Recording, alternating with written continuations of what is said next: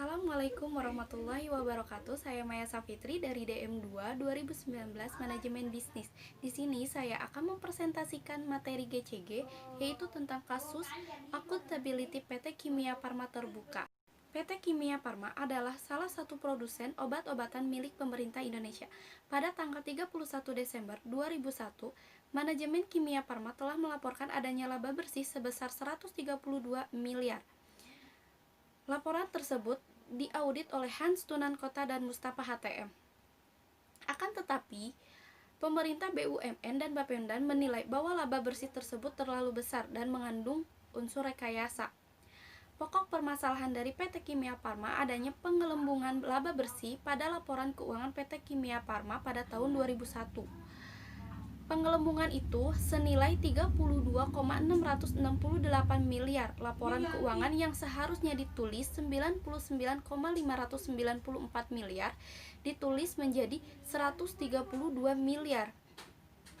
Kasus kesalahan dalam laporan keuangan PT Kimia Farma menjadi perkara pidana karena sudah termasuk kategori pernyataan yang menyesatkan.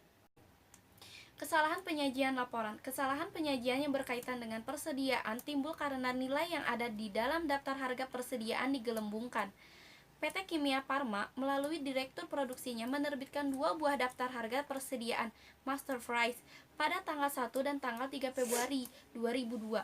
Daftar harga per 3 Februari ini telah digelembungkan nilainya dan disajikan dasar penilaian persediaan pada unit distribusi Kimia Farma per 31 Desember 2001.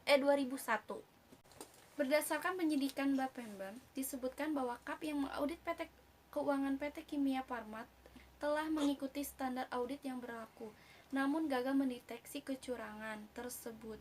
Selain itu, KAP tersebut juga tidak terbukti membantu manajemen melakukan kecurangan tersebut.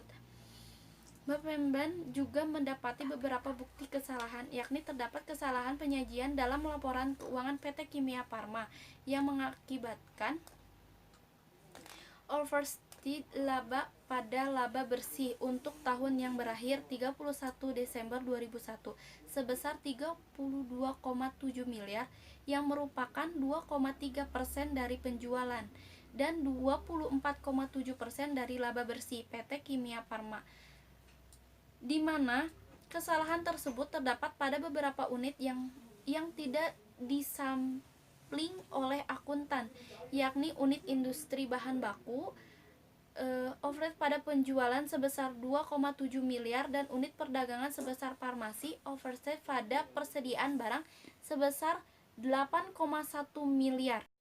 Tindakan PT Kimia Farma telah terbukti melakukan beberapa pelanggaran, yaitu yang pertama, pelanggaran peraturan Bapepam tentang pedoman penyajian laporan keuangan. Yang kedua, telah melakukan prosedur audit termasuk prosedur audit sampling yang telah diatur ke dalam standar profesional audit publik dan tidak ditemukannya adanya unsur kesengajaan membantu manajemen PT Kimia Farma Terbuka dalam penggelembungan keuntungan.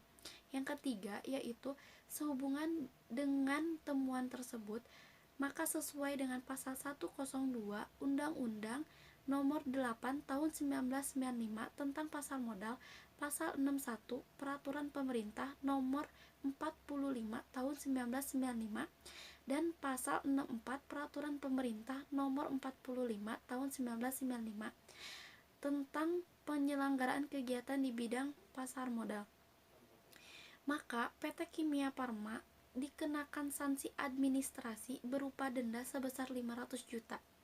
Yang keempat, yaitu sesuai pasal 5 huruf N Undang-Undang Nomor 8 Tahun 1995 tentang pasar modal, maka Direksi Lama PT Kimia Farma Persero Terbuka periode 1998 sampai Juni 2002 diwajibkan membayar sejumlah denda, yaitu 1 miliar rupiah ke kas negara karena melakukan kegiatan praktek penggelembungan atas laporan keuangan per 31 Desember 2001.